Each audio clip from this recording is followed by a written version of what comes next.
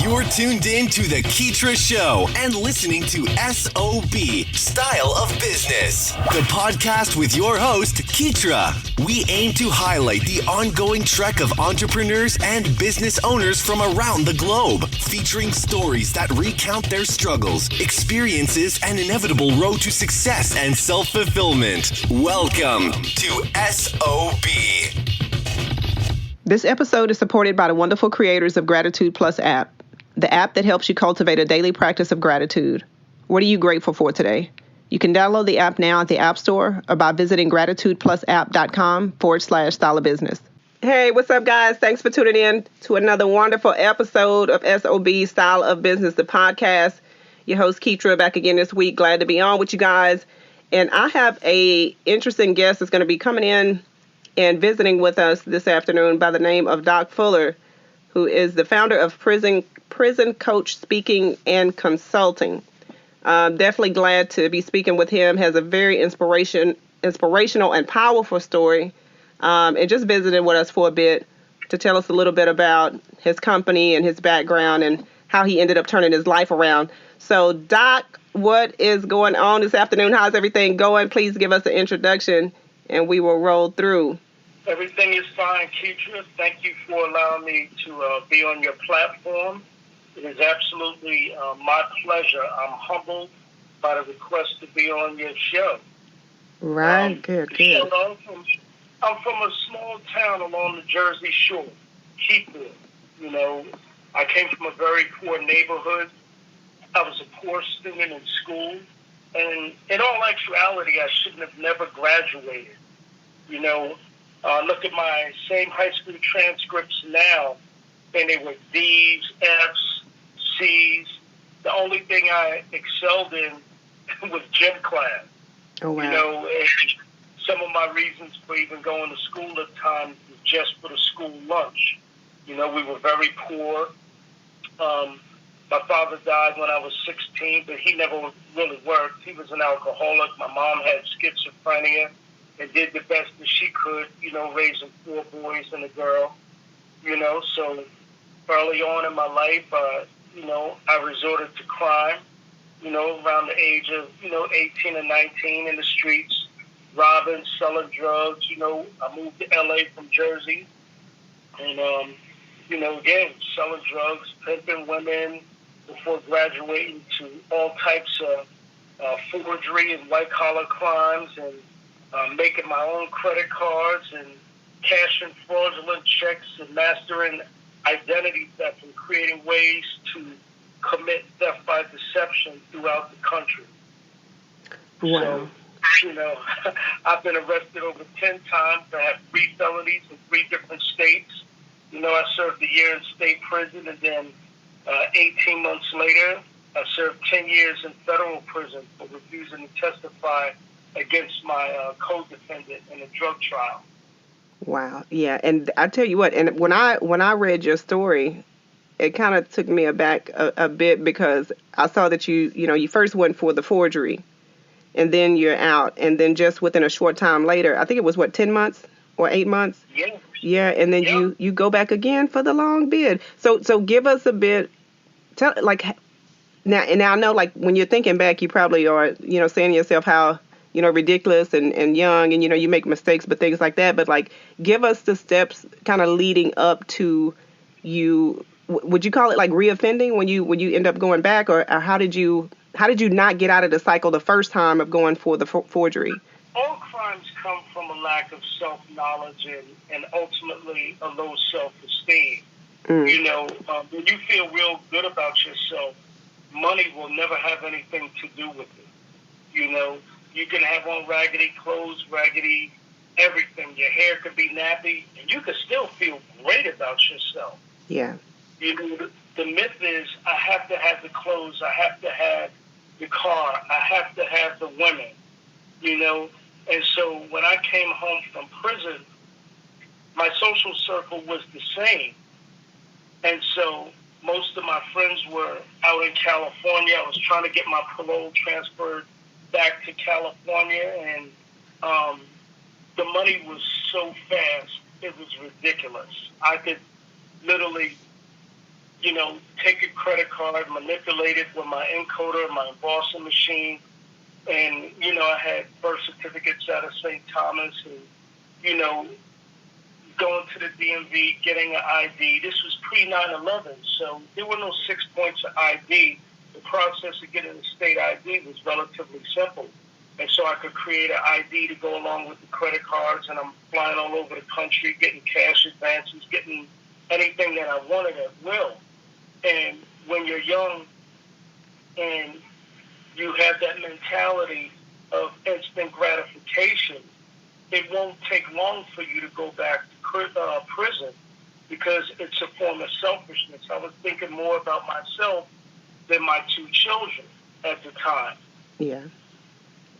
Yeah, that makes total sense. And now you fast forward all these years later, and you are on the road to transformation, and inevitably end up with prison coach consulting and speaking, which you've done some wonderful things throughout the U.S. That I have, personally kind of seen. And when I did my research on you, and I'm interested to find out a bit about the story that led to you, going within yourself and saying, hey, it's time for me to take a look at what's going on and, just putting forth an honest effort to change. So if you will share with us that story, Doc, about how that came about and then how you ended up getting into or getting into going back into the walls that you were confined to and sharing your story and trying to help others to turn their lives around as well.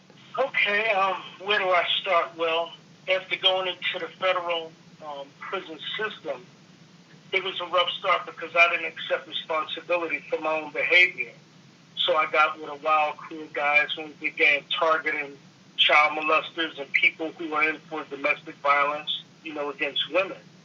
And so I got kicked out of several different prisons and I spent a lot of time in disciplinary segregation.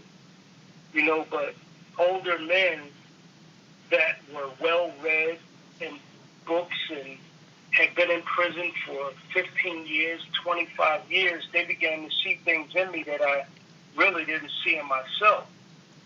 And so I started reading a lot of different books and investing time in myself.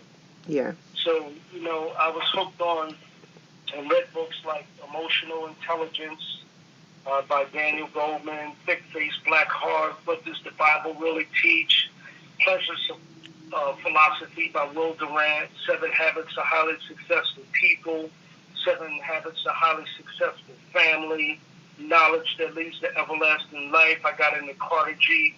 Woodson, Black History, Sheikh Anta Diop, George G.M. James, Naeem Akbar, John Henry Clark, Francis Cress Wessling, and it was a Jewish writer who wrote a really good book. His name was Elliot Libo, and he wrote a book called Callie's Corner.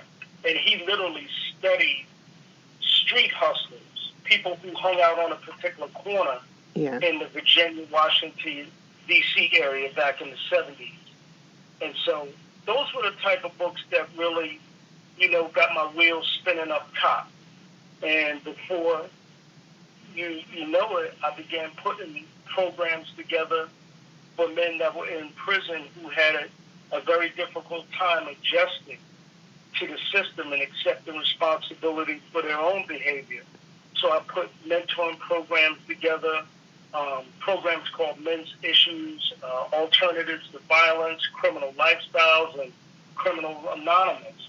Because I never was into using drugs. I sold drugs, but I couldn't tell you what it was like to be high. Yeah. I never tried coke. I tried puffing on marijuana when I was 12 years old, but I started choking on it, so I stopped. A week later, I tried cigarette, and I choked on it, and I stopped. So smoking wasn't for me. Mm-hmm. My thing was to go drink and hang out. So I never had the vices of drugs, although I sold large quantities of drugs and rubbed shoulders with a lot of entertainers and athletes who were using drugs. And so I was never one who was a groupie or, could be led into drugs by women and friends. I had people I was hanging out with every day. We're doing everything under the sun. At one point in my life, I literally lived in a crack house with prostitutes running in and out, and I never had a second thought about using drugs because I had seen it bring down the lives of many people who were very successful at one point in their lives. Yeah. Or, people with master's degrees, doctors, people who own grocery stores, people in corporate America. I watched them become nothing, literally trash, bums right on the street.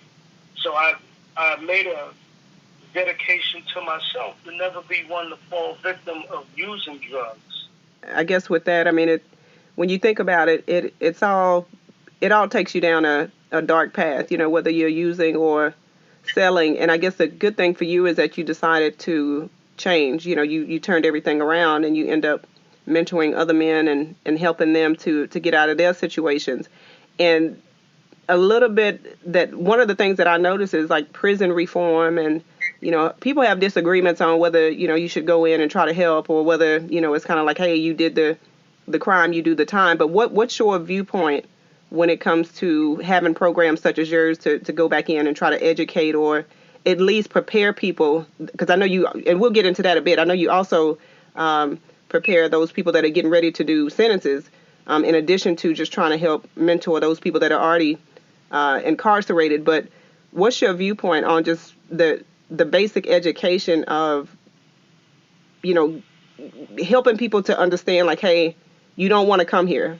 Yeah, it's extremely necessary in terms of prison reform.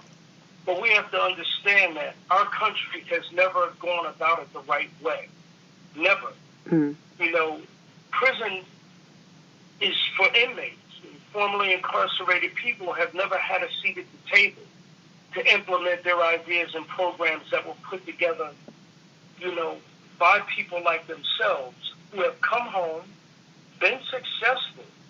Those programs have been stolen, manipulated, twisted, and provided to psychiatrists, psychologists, counselors, people with a case act, but very few of them have actually done prison time. Yeah. So I honestly don't care how good your curriculum is. You can't remove former inmates from the groups and classrooms when it comes to training and preparing people to re-enter society. That's a huge no-no. Yeah. So the people sitting in these groups and participating in programs need to see and hear from those who have spent time in prison also. I sit on the board of directors for a few nonprofits that focus on reentry and assisting these people. And the men who assist in these programs, and these people have served 10, 20, 30, some 40 years in prison. Oh, wow. And they're well known throughout the country, especially from the prison system perspective. My one good friend, Bashir Muhammad Jordan, he's around 48, 49 now, but he was a very young millionaire, probably the youngest millionaire to come out of Queens. He hit his first $1 million at the age of 16. And when he was arrested, the government classified him as mentally retarded, and he's home now on his way to become an oral surgeon, and so when it comes to rehabilitation, older people pulled up on inmates helped him to change his life around. It wasn't anything that, a reentry program set up by some outside agency with oversight by some government or state entity that helped him, myself, and any other of my dear friends get themselves together and come home. Yeah. Our change came about by rubbing shoulders with one another and challenging one another mentally, spiritually, intellectually, and emotionally.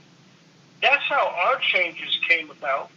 And so I'm not a firm believer that prison reform can ever be successful by eliminating inmates from the process. Got it. Yeah. No, that definitely makes sense. And I'm curious to know, like, are you currently working with any organizations that, for this cause, or? Yeah, I currently work with Queen's Team Entertainment, um, and it's an extremely good organization, and it's just getting up. It's backed by several African American corporate attorneys. Damon John has written a forward to the book and is backing it up also.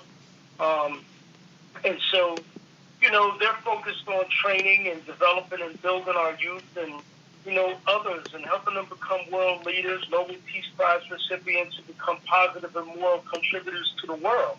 And it's much easier to focus on these young children and build them up than to repair a broken man, if you understand what I'm saying. And so the donations that they're currently getting are focused on addressing the root causes and effects of social diseases and prison reform, community reform, homelessness, crime, joblessness, racism, and inequality. And the goal is to do that throughout the country, and so that's the primary organization that I focus on, but there's another one that's really up and coming in New York also. It's called STOP. And so these men are also formerly incarcerated guys who have spent, 30, 17, 25 years in prison and have come home to really make an impact, starting in New York and then moving all across the country. There's a northern group of guys, a southern group of guys going all the way to the West Coast with both organizations that will be extremely influential and powerful because the inmates and former inmates that are running these programs were new and had relationships while incarcerated. They have the ability to influence what went on 3,000 miles away while incarcerated. And these are the type of people you need if you're going to have a successful program, upon release. Exactly. And Doc, I know you just mentioned, the mentorship and speaking to the youth. How effective is the prevention and intervention aspect of it, especially when you're talking to a group of kids? Well, it's very important in that, children don't mind adults who have been through some things. I can't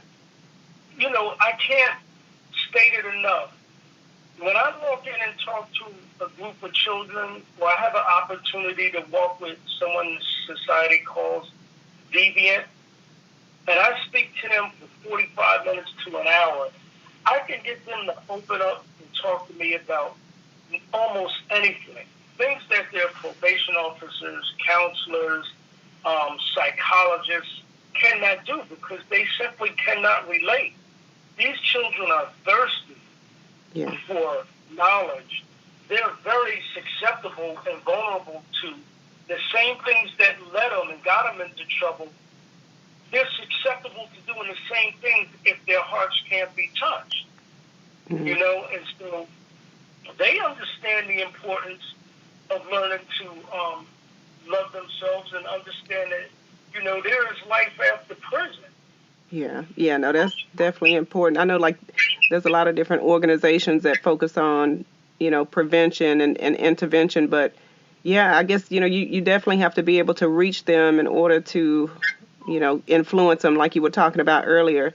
And Doc, I want to talk about your book because I know you have your book, The 10 Prison Commandments. And tell us a little bit about that, and then I want to hop into your the educational resource that you have for defense attorneys as well. We can get into that, but let's start with your book. Yeah, well, I was in a crazy contract with the Discovery Channel back in 2011, and my entertainment attorney, Joe Carlone, out of Beverly Hills, he helped me to get out of that contract, but he knew that I really, really wanted to write a book on the topic. And he gave me an idea. He said, John, why don't you put something together? And once you throw it together, make it really quick and simple. If someone absolutely cannot afford you, maybe they read a book on what to do and what not to do. Yeah. Hence, I put together the 10 Prison Commandments. It was a list of things that individuals should not do if they ever enter into a county, state, or federal prison. Wow. Yeah, and I saw that it's getting some pretty good reviews. Now, when it comes to just kind of prepping because I know you do a lot of work with defense attorneys, but how effective is what you do as far as kind of briefing them or consulting them for their clients when it comes to like somebody that's getting ready to enter to do a sentence? Yeah, there are a lot of things that attorneys have the ability to provide to their clients if they had that information. And so last year, I started being invited to teach attorneys continuing legal education classes and help their clients to understand. Classic case is Felicity Huffman, right? Yeah. She'll be entering prison within the next 2 or 3 weeks for the college admissions scandal. Yeah. Fortunately, she's married, but if she were a single person, and she had a pet, she'd have to find somebody to take care of her pet. If she's running a business, she has to find someone and give them power of attorney. If she was looking at 3 or 4 years and she had a drug problem, I would have strongly recommended that she get into drug and alcohol program prior to entering prison so that she enters the system sober and clean. It will greatly enhance her chances of survival because her behaviors and being under the influence of drugs would have served no purpose and would have gotten her into more problems going in inebriated than being sober. Understanding that she can't make three-way calls, she can't conduct business. All of those things are important, and attorneys can provide those resources, and that's what I'm there for, to educate attorneys on the things that their clients are going to experience during the course of their incarceration. If they have a checkup and they're on medication, well, how would the client know? How would the attorney know? Yeah. That how important these things are. I would suggest that they go to the dentist before entering the system. Yeah. Get your teeth fixed. That top-notch care will not exist. They'll do your fillings, they'll do extractions, and you'll see the dentist once a year, something like that, but it won't nearly be as up to par as your primary dentist is on the streets. Wow. Yeah, that is definitely news for people to use, especially if you're in need of that type of service or if you're facing that type of situation. And Doc, what other services do you provide under your company, your prison consulting and speaking? Sorry. Oh yeah, I do seminars with corporations on the importance of ethics and compliance. I speak on the importance of transformation, identity theft. I speak, of course, on the prison system and incarceration. I speak before political figures, wardens, high school students. I go to criminal justice classes a lot.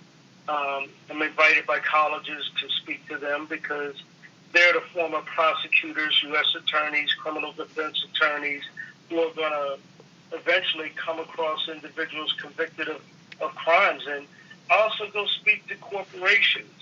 Oh, wow. Speak to corporations. Perfect. Yeah, and I'll give you a minute. I want you to definitely let us know where we can reach you. But before we wrap up, Doc, let me have you leave some words of encouragement to those who may be maybe life after prison. I'm pretty sure there might be some listeners who have, themselves or family members. I don't know, whatever the situation.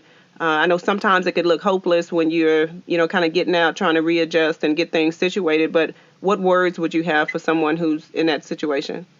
Never give up, man. They really have to learn to love themselves and listen to their inner voice. You can't listen or walk with the voice or fear or walk with people who bring doubts and fear into your life because those people will be waiting for you. And sometimes walking alone is the hardest walk they'll ever have to make because it's the walk that makes you the strongest. So you come home and you want to be able to benefit your community, become strong individuals, and then go on to make the right choices if you decide to get married, whether you're a man or, you're a woman looking to get married, build strong families so that you can have strong communities. And then you'll have the ability, to invest in property and have a say-so to what goes on locally within the state, then within the country. And if your impact is big enough, you'll be able to influence people around the world as a whole. But transformation is different from change, because transformation comes from the inside. Yeah. Change comes from the outside. It's like if a police officer rolls up on a man and woman arguing, and the guy is thinking about hitting the woman, and the police officer comes up, that man is going to change his behavior. Yeah. Right? However, if he really wanted to change and transform, he'd understand that hitting a woman is the worst thing that can happen, because he's not only degrading her, but he's degrading himself. And so transformation is possible, and nobody can immediately transform. It's a process, because it's something that's mental. Change is an instant process. Transformation takes time. And so, never lie to yourself. Don't blame anything on anyone from your past. If you lie to yourself, you'll believe your own lies, and you'll be unable to recognize the truth, either in himself or in anybody else. And you'll end up losing respect for yourself and other people. So when a man has no respect for anyone, he can't love, he can't divert himself from problems, and, there'll be no one to love him. And he'll end up, the same way I did, yielding to my impulses, my indulgence to the lowest forms of any type of pleasure, and in the end, behave just like an animal. So never lie to yourself or anybody else. Wow. Powerful stuff, Doc. Powerful stuff. Thank you so much for joining. We definitely appreciate you being a guest. And before we leave, for anybody that might be listening, interested in your consulting or your speaking services, Doc, let us know where we can find you online with your social media handles, websites, and also if you have any upcoming engagements, feel free to share those as well. My website is prisoncoachspeaking.com. My Instagram handle is John Doc Fuller. My Twitter handle is John Doc Fuller. And on Facebook, I'm under The Prison Coaches. It's all one word, The Prison Coaches. So right now I'm busy working on my patent, and so I won't be doing any speaking engagements until the end of October. Okay. I'll be going to Atlanta, then I'll be in Florida, and then I'm expecting to go out into Arizona. So I have 3 different states that I'll be visiting before the middle of November. But I'm very, very easy to catch up to. I don't hide. I respond to emails. So there I is. There I is. All right, Doc. You guys heard it. If you need to get in touch, reach out to Doc Fuller directly at prisoncoachspeaking.com, I believe it was. And I'll make sure to also post that once the podcast is live. Doc, thank you so much for being a wonderful guest. And we look forward to keeping up with all the great things you have going. Thank you so much. It's been an honor. And thank your audience for listening. And if I can do anything, you ring the bell and I'll come running. Definitely. Thanks so much, Doc. Take care. Bye-bye. Thanks for hanging out with us here on SOB. We hope this episode has been resourceful. If you'd like to check out the latest articles or follow Keetria's website updates, just log on to Keetria.com or follow her on Twitter at KEETRIA.